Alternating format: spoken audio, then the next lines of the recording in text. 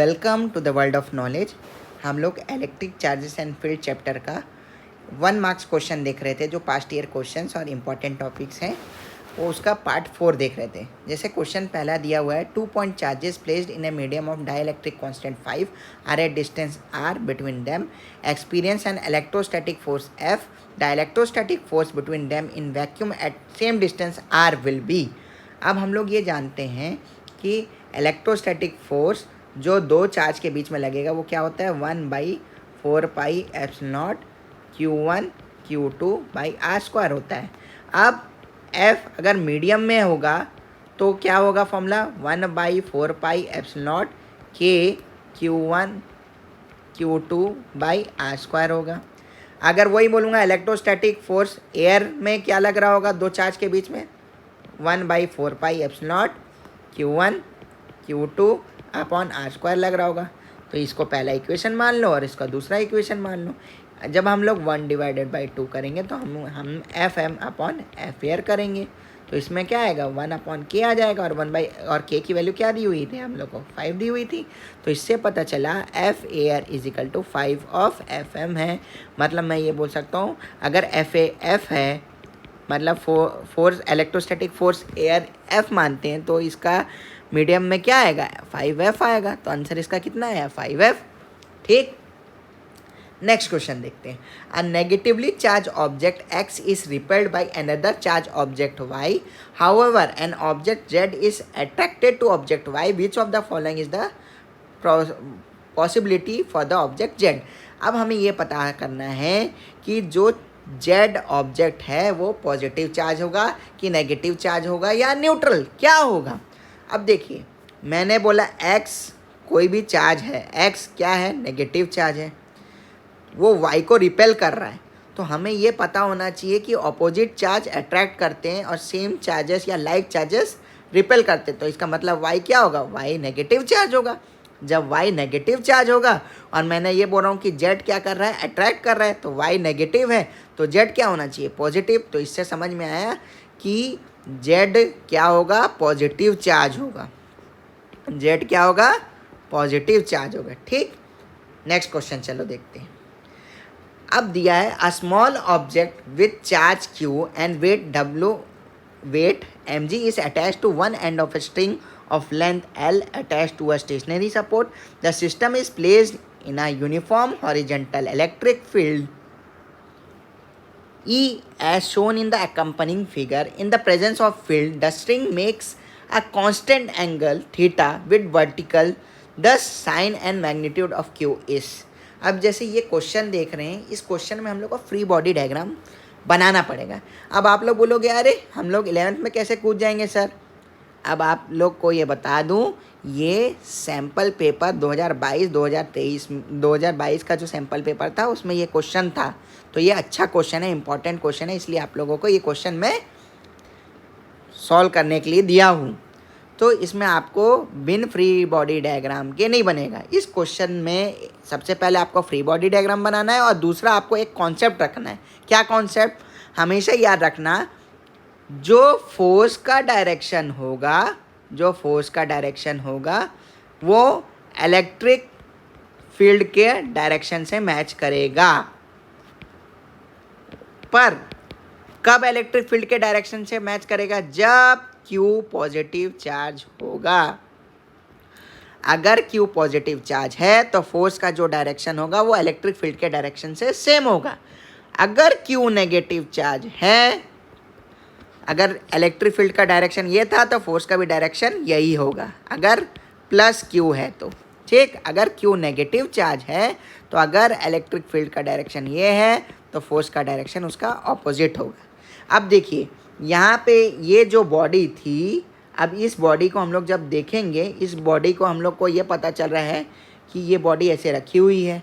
अब ये यहाँ पे टिल्ट हुआ है मतलब इसका डायरेक्शन किधर, इधर की तरफ जा रहा है। जब इधर की तरफ जा रहा है मतलब इधर फोर्स भी इधर ही लग रहा होगा। जब फोर्स इधर लग रहा है तो मतलब इलेक्ट्रिक फील्ड भी इधर ही है, मतलब यहाँ पे प्लस Q ही चार्ज होगा।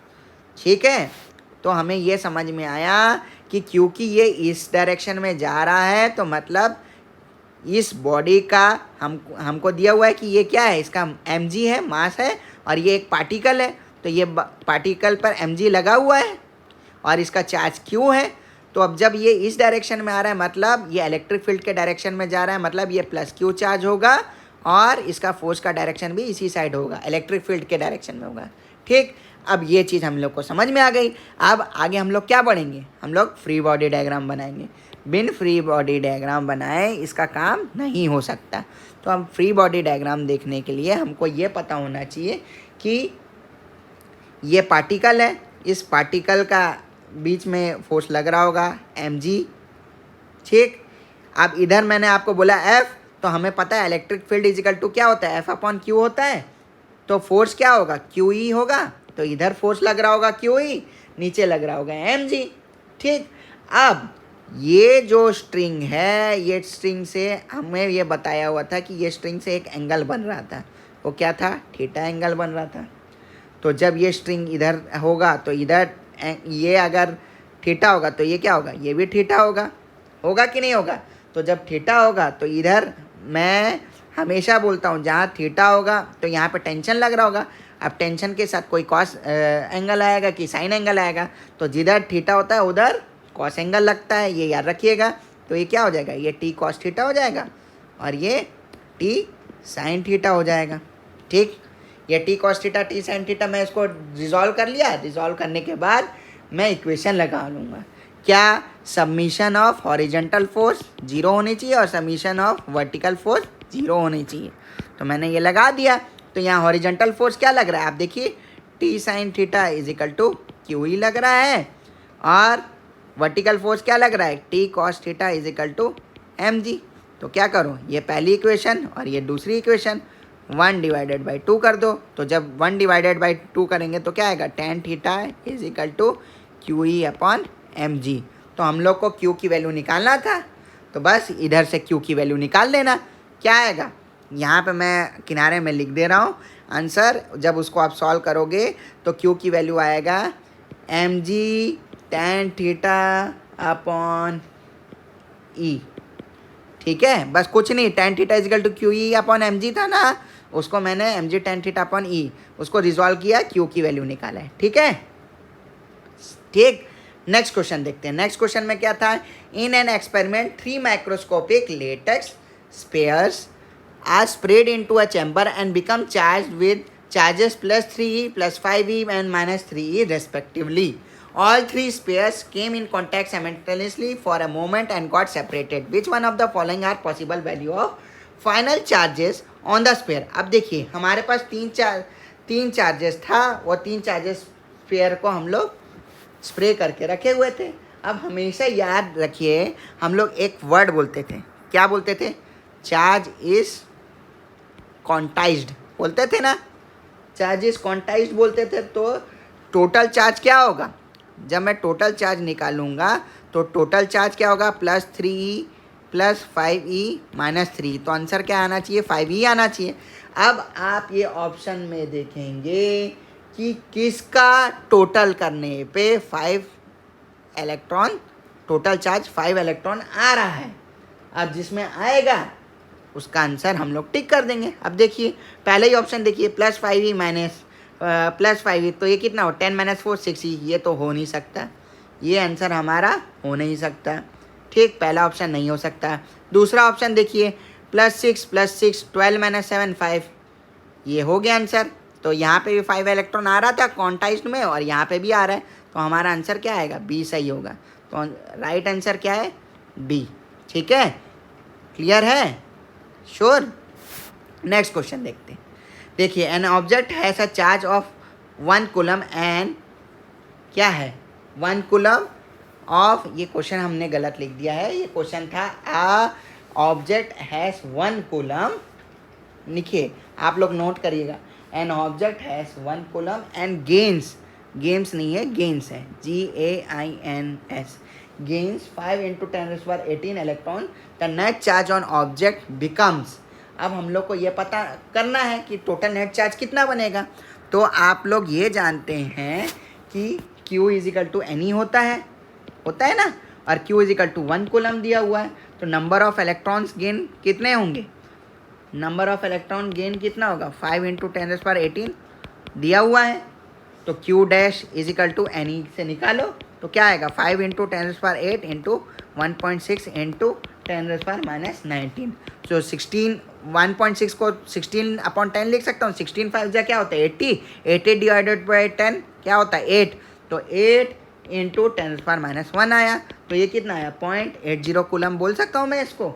जब ये 0.80 कूलम आया, अब मेरे को Q नेट निकालना है, तो Q नेट क्या होगा Q माइनस Q डैश हो जाएगा। तो Q का क्या था 1 कूलम था, तो 1 माइनस 0.80 कर लो, तो आंसर क्या आएगा 0.20 कूलम। तो कितना चार्जेस ऑब्जेक्ट में बचा 0.20, कुछ नहीं, Q इजिकल टू NE लगाए, टोटल हमारे पास ऑब्जेक्ट का चार्ज 1 कूलम था, जिसमें से अगर ये बोल दिया कि वो गेन करता है 5 इंटू 10⁻18, तो Q डैश हमारा क्या आ जाएगा, नया Q डैश क्या आएगा 0.80। तो 1 कूलम में से 0.80 अगर खर्च हो गया तो कितना बचा है 0.20 कूलम। ठीक है, क्लियर। नेक्स्ट क्वेश्चन देखते हैं। An object charge is placed at a center of hollow conducting sphere, the inner radius r and outer radius 2r, the ratio of surface charge density of inner surface to that of outer surface will be। अब हमें ये पता होना चाहिए कि surface charge density जो होती है वो क्या होता है, सिग्मा इजिकल टू Q/4πr²। तो मतलब ये इन्वर्सली प्रोपोर्शनल टू r² है।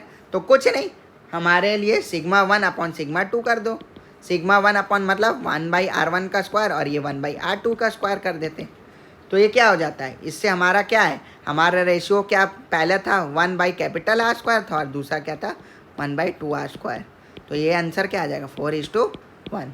ठीक है, तो ये पार्ट 4 इसी क्लास में अब ख़त्म होता है। आप लोग अच्छे से प्रैक्टिस करिए और ये अच्छे अच्छे क्वेश्चन ला रहा हूँ, और कुछ डाउट होगा तो कमेंट बॉक्स में लिखिए। ठीक है, आज की सभा यहीं समाप्त होती है।